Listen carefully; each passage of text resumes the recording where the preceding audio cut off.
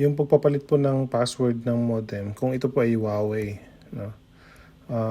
Magla-login po kayo dun sa Wi-Fi nyo. Ang halimbawa po dito sa akin is, ang Wi-Fi ko is wireless.net. So yan, nakalogin po ako dyan. Pupunta kayo sa Chrome.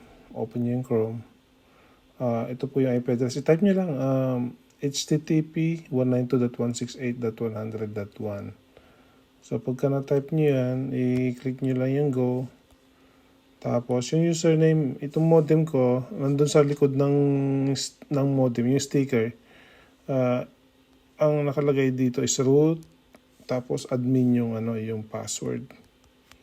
Sa ibang modem, so pagka ayaw gumana yung root tapos admin, subukan nyo yung telecom admin, all small letters. Tapos yung password is admin telecom. So yung username, telecom admin, at yung password is admin telecom. Tapos pagka nakuha po, login, click login. Tapos pupunta po kayo sa, dito nyo pala makikita yung number of devices na nakakonekta. So halimbawa po ito sa akin, dalawa yung nakakonekta ng device.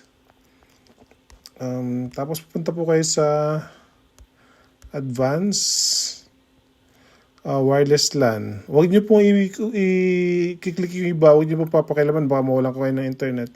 Dito lang po kayo sa wireless LAN. Tapos dito lang po sa Wi-Fi basic configuration, punta kayo sa WPA pre-shared key. So kung gusto niyo makita yung existing na password niyo, check niyo yan. So yan yung existing ko.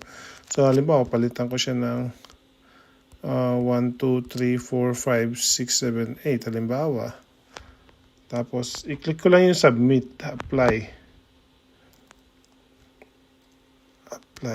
So pagka mag-apply siya, mawawala kayo ng internet. Mag-reconnect na lang kayo, tapos yung password, kung ano yung nilagay niyo sa WPA pre-shared key. So yun po. Okay, basic na basic lang. Kaya niyo po. Salamat. Bye.